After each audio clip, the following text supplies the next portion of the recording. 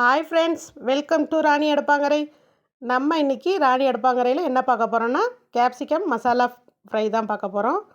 இதை பார்க்கறதுக்கு முன்னாடி சேனலை சப்ஸ்கிரைப் பண்ணாதவங்க சப்ஸ்கிரைப் பண்ணிக்கோங்க. கூடவே பெல் சிம்பிளையும் கிளிக் பண்ணிக்கோங்க. வாங்க வீடியோக்குள்ளே போகலாம். நான் 1/4 கிலோ கேப்சிகம் எடுத்து கழுவி எடுத்து வச்சுருக்கேன். இதை நம்ம உள்ளே இருக்க விதையெல்லாம் கட் பண்ணிவிட்டு பொடிசாக கட் பண்ணி எடுத்துக்கலாம். பாருங்கள், இந்த மாதிரி சின்ன சின்ன பீஸாக கட் பண்ணி எடுத்துக்கிறோம். அடுத்ததாக அடுப்பை பற்ற வச்சு நம்ம கடாயை சூடு பண்ணிக்கலாம். கடாயில் நம்ம ஒரு 4 டீஸ்பூன் அளவுக்கு கடலை மாவு எடுத்துருக்கேன். அதனால் பொன்னிறமாக ஃப்ரை பண்ணி எடுத்துக்கலாம்.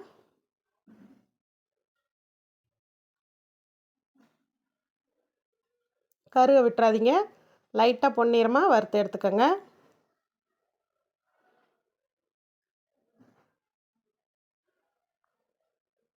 பாருங்கள், இந்த ஸ்டேஜில் நம்ம இதை பிளேட்டுக்கு மாற்றிக்கலாம். அடுத்ததாக ஆயிலை விட்டுக்கிட்டு நம்ம கடுகு தாளிச்சிக்கலாம். கடுகு, உளுந்தப்பருப்பு, கடலைப்பருப்பு, சீரகம் எல்லாத்தையும் சேர்த்து பொரிய விட்டுறலாம். கடுகு பொரிஞ்சதும் நம்ம ஒரு பெரிய சைஸ் வெங்காயத்தை கட் பண்ணி எடுத்துருக்கோம். அதையும் போட்டு நல்லா வதக்கி எடுத்துக்கலாம்.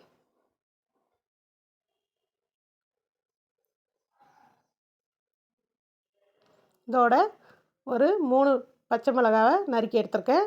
உங்கள் காரத்துக்கு ஏற்ற மாதிரி நீங்கள் போட்டுக்கோங்க. அது கூடயே நான் கருவேப்பிலையும் சேர்த்து நல்லா வதக்கி எடுத்துக்கிறேன். வெங்காயம் நல்லா பொன்னிறமாக வதங்குற வரைக்கும் நம்ம வறுத்து எடுத்துக்கலாம்.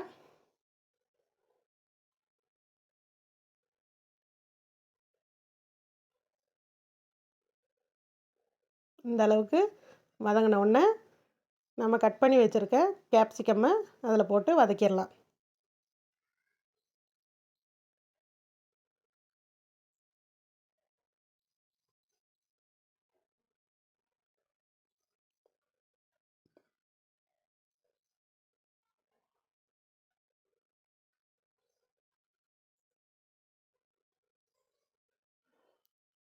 நல்லா வதக்கிட்டு தேவையான அளவு உப்பு போட்டு வதக்கிக்கலாம்.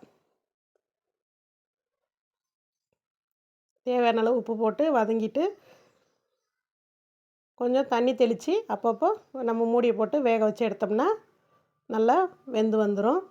இப்போ மூடியை போட்டு ஒரு 2 நிமிஷம் வேக விட்டு எடுத்துடலாம். பாருங்கள், எந்த அளவுக்கு கலர் சேஞ்ச் ஆகி வதங்கி வந்துருச்சு பாருங்கள்.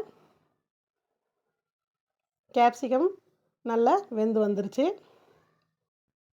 இந்த ஸ்டேஜில் நம்ம ஒரு 1/2 டீஸ்பூன் மஞ்சத்தூள்,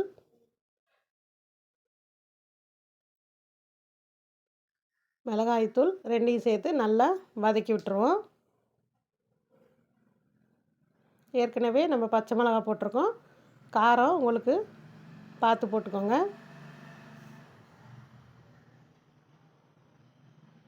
இது ஒரு 2 நிமிஷம் நல்லா வதங்கட்டும்.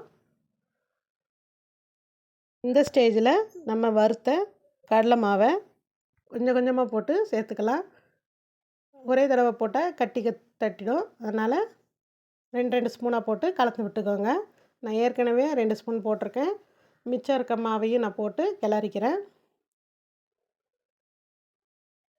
இந்த மாதிரி செஞ்சு கொடுங்க. டிஃப்ரெண்ட்டாக புது விதமாக நல்லா டேஸ்ட்டாகவும் இருக்கும். கேப்சிகம் சாப்பிடாதவங்க கூட விரும்பி சாப்பிட ஆரம்பிச்சிருவாங்க. இந்த டிஷ்ஷு சப்பாத்திக்கு, ரைஸுக்கு அருமையான சைட் டிஷ்ஷாக இருக்குங்க.